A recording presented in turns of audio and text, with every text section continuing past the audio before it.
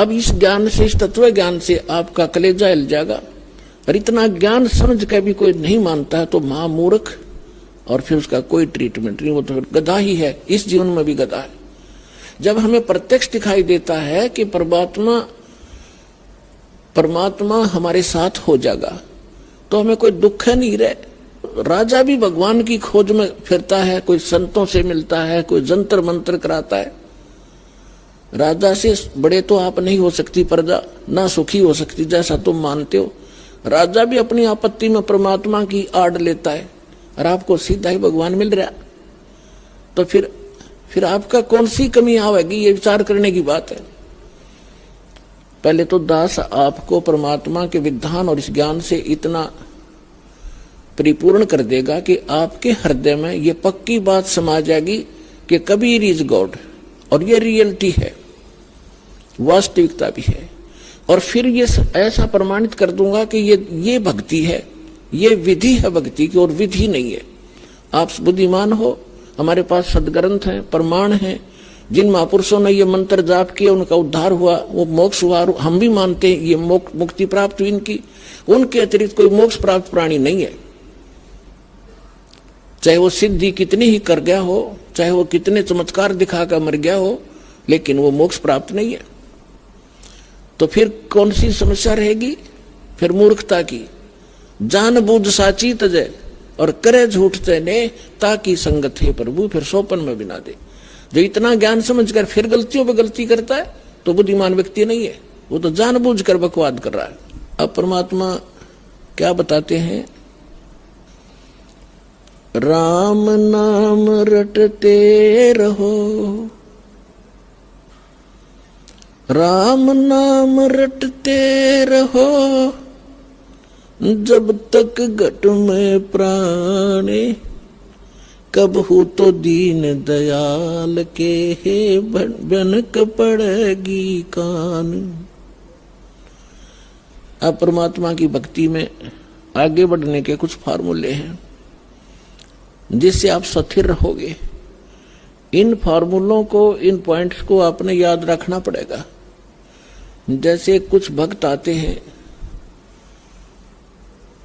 कुछ ऐसे भक्त होते हैं जो सब जगह थक लेते हैं, झाड़ फूक करवा के, मंत्र जंतर जप के, गुरु बना के, और जब वो यहां आते हैं चाहे कितना भयंकर दुख हो उनके ऊपर, परमात्मा तुरंत ठीक कर देता है। अब उनकी तो फिर परमात्मा की रजा होगी, उन कोई और ठिकाना नहीं रहा, भगवान से अतिरिक्त कुछ जगह दिखाई नहीं देती। मालिक को सब पता है, अंतर्यामी है वो परमात्मा, वो दूर तक जानता है कि आने वाली आत्मा क्या उद्देश्य लेकर इस दरबार में आई है, उसी तरह से उसका उपचार होता है। तो ऐसे आते हैं उनको तुरंत। देखो दास तो एक पीएन है उस कबीर भगवान का, चपड़ासी हूं। आपकी अर्जी दास के पास आती है, दास उस परम पिता की टेबल पर रख देता है। अब उसने यस और नो उस कबीर भगवान ने करनी है, और यहाँ सेकंडों में होती है। यहाँ कोई कार्यालय नहीं है, वो साइन होगा फिर वापस आओगी। सेकंड्स के भी कुछ क्षणों में वो सब अर्जी परमात्मा फैसला करता है। तो जो भी आता है, जैसी उसकी अंतःकरण की भावना होती है, दास आपकी अर्जी दास के पास, दास की परमात्मा के पास, तो फिर करना उस मालिक ने है। तो कुछ ऐसे आते हैं उनको तुरंत राहत मिलती है। मालिक को पता कि अब ये कहीं नहीं जाएंगे मेरे बच्चे, सब जगह थक लिए धक्के खा के। कुछ ऐसे आते हैं, हमारे भक्त कहते हैं चलो वहां जाते ठीक हो जाओगे, चलो वहां जाते ठीक हो जाओगे। अब वो आ जाते हैं, दुखी दिन तो आना ही होता है, लेकिन वो उद्देश्य कुछ और रखते हैं कि ठीक है चलते हैं, ठीक हो गया तो ठीक है, नहीं तो नहीं। तो ऐसे नहीं बनती बात है। तो इसलिए दास सबसे पहले आपसे कहता है कि किसी को भी आप प्रेरित करो, अच्छी बात है, क्योंकि भूले को राह दिखाना एक परम कर्तव्य बनता है सब नागरिक का। तो ये सब भूले पड़े हैं, लेकिन उनको पहले ज्ञान समझाओ, उनको पुस्तक दो ज्ञान गंगा। और ये ज्ञान गंगा पुस्तक जो है, और भी कोई हमारी सीडी है बनाई हुई, या कोई भी परमात्मा का लिटरेचर जो इस दास के सत्संगों से बना है, उनको आप उनको दो पढ़ने के लिए। और ये एक ऐसा ज्ञान है परमात्मा का। कबीर साहब कहते हैं और ज्ञान सब ज्ञानड़ी, और कबीर ज्ञान सो ज्ञान, और जैसे गोला तोब का करता चले मैदान। तो पहले उनको ज्ञान से समझाओ, फिर वो ज्ञान से परिपूर्ण होकर फिर यहां आएंगे। जब तक ज्ञान से परिपूर्ण होकर यहां नहीं आएंगे तो वो फिर डगमग हो जाएंगे। परमात्मा इस चीज को लाइक नहीं करते कि ये डले थे, पहले ढो ही रहे थे, 36 जगह भटक लिए, नकली गुरुओं के पास धक्के खा लिए, जीवन नाश कर दिया इन्होंने। तो अब अपने परमात्मा को पहचान कर फिर यहां लगे। तो इसमें क्या होता है कि फिर दूसरा इसका कारण ये होता है, जैसे किसी डॉक्टर के पास रोगी जाते हैं,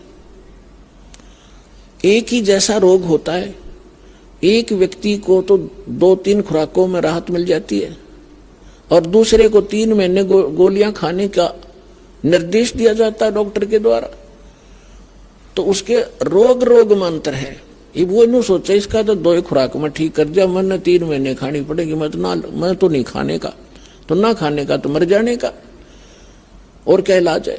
अब उसका रोग इतना गहरा नहीं था, जो जल्दी समय पर आ गया तो ठीक हो गया, और उसने वो 3 महीने खानी पड़ेंगी और ठीक होगा, क्योंकि टेबलेट वो कारगर है।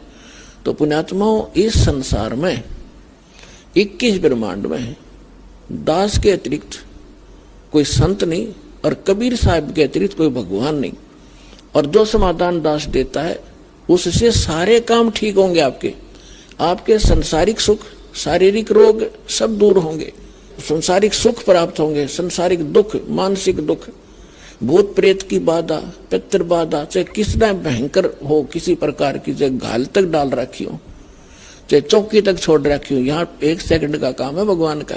हम जड़े दुपटे नहीं लाते, परमात्मा के उस शब्द में इतनी ताकत है, जो मंत्र हम देते हैं अपने आप सब भाग जाते हैं।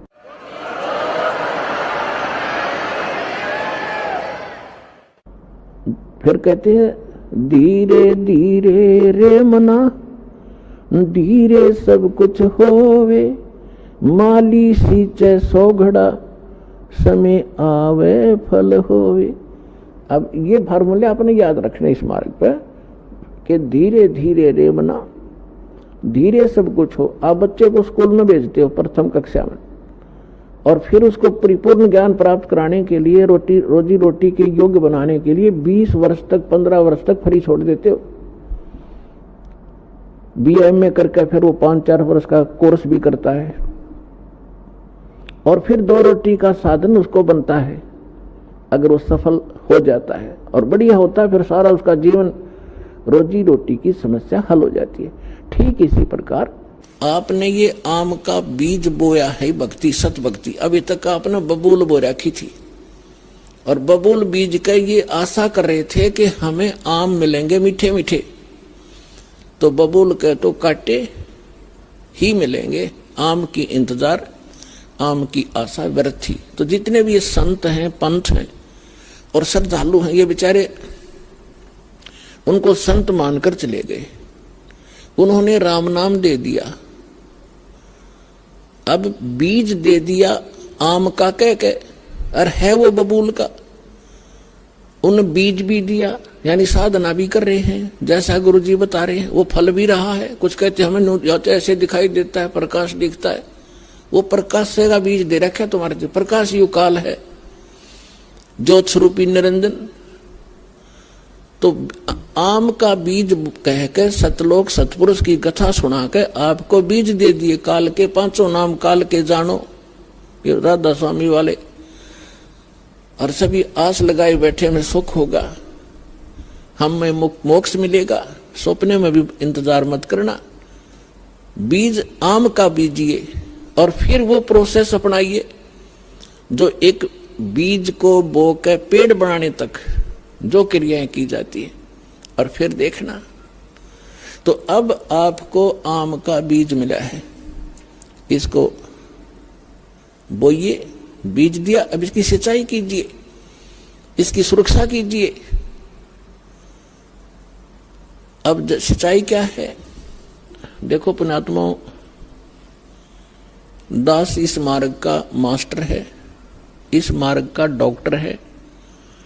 आप सभी विद्यार्थी हो दूसरे शब्दों में आप जन्म मरण के रोगी हो।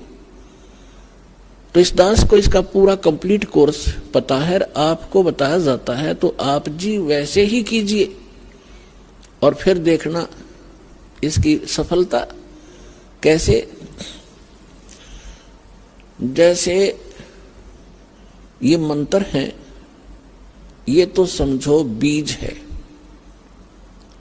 ये मंत्र जाप कर आपको दिए जाते हैं, ये तो समझो बीज है, बो दिया आपके अंतःकरण में, वचन की शक्ति तय प्रवेश कर दिया।